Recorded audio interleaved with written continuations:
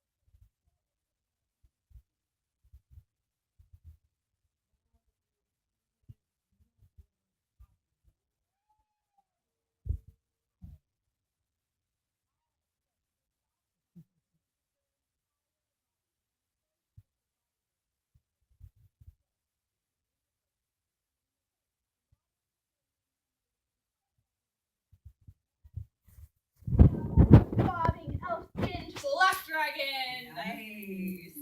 Thou art a bootless, pox-marked hugger-mugger.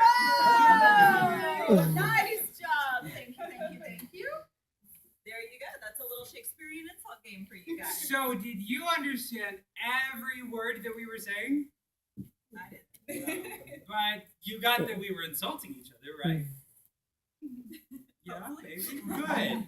Watching a Shakespeare play can be the same thing. You may not understand every word the actor is saying, but if you listen to their voice and observe their body language, it's not too difficult to get the emotional meaning of what is being said, even if you don't always understand all of the words. Shakespeare was a word master. He had to be to write all that poetry, right?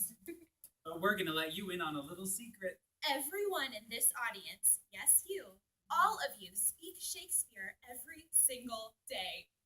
William Shakespeare is credited with inventing over 1,700 of the words we still use today. Whoa. Shakespeare invented over 1,700 words?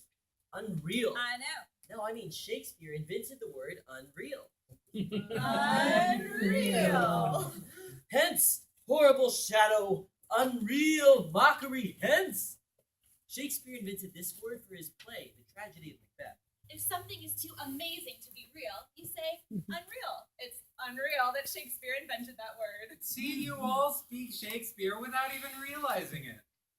Unreal.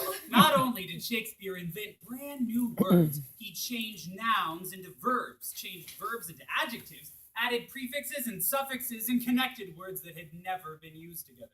Every winter, most of us get sick. When all of us get a cold or a flu, that's called an outbreak. The flash and outbreak of a fiery mind, a savageness and unreclaimed blood of general assault. The word outbreak first appeared in Shakespeare's play Hamlet. It means when something can't be controlled and breaks out, like the way a cold can quickly spread between people. Another word Shakespeare invented was torture, and he first used it for his play King Henry VI, Part 2. You go about to torture me in vain. Getting a cold is torture. Okay, well, so another word Shakespeare invented was puking! Like when you get a cold and you get so sick, you just... Ah! Puking is from Shakespeare's play, As You Like It. All the world is a stage, and all the men and women merely players. They have their exits and their entrances, and one man in his time plays many parts, his acts being 7 ages. At first, the infant mewling and puking in the nurse's arms. Ugh. Thank you for that, Emmeline. Yeah, seriously. Are you coming down with a cold? No, I just hate colds. I guess I went on a rant about it. Rant? Get it? Rant is another word Shakespeare invented from his play Hamlet. It means when you get so mad, you just explode and you start yelling about the thing that made you angry. A rant as well as thou. Shoot! Oh, not even funny, girl. Ugh. Anyway, the point is that we all speak Shakespeare every single day. Because of his inventions, his contributions to the English language, you're a poet. And you didn't even know it. Okay, it's time for another game. We have our signs out. Yeah, absolutely. This game is all about the 1,700 words that Does anybody Shakespeare... want to volunteer for us? Anybody want to come up? We'll help you. Yeah. Anybody want to come up? Do you want to come up? Come on up. We'll help you. You're a good Yay! actor. Give her a round of You're a good actor. applause.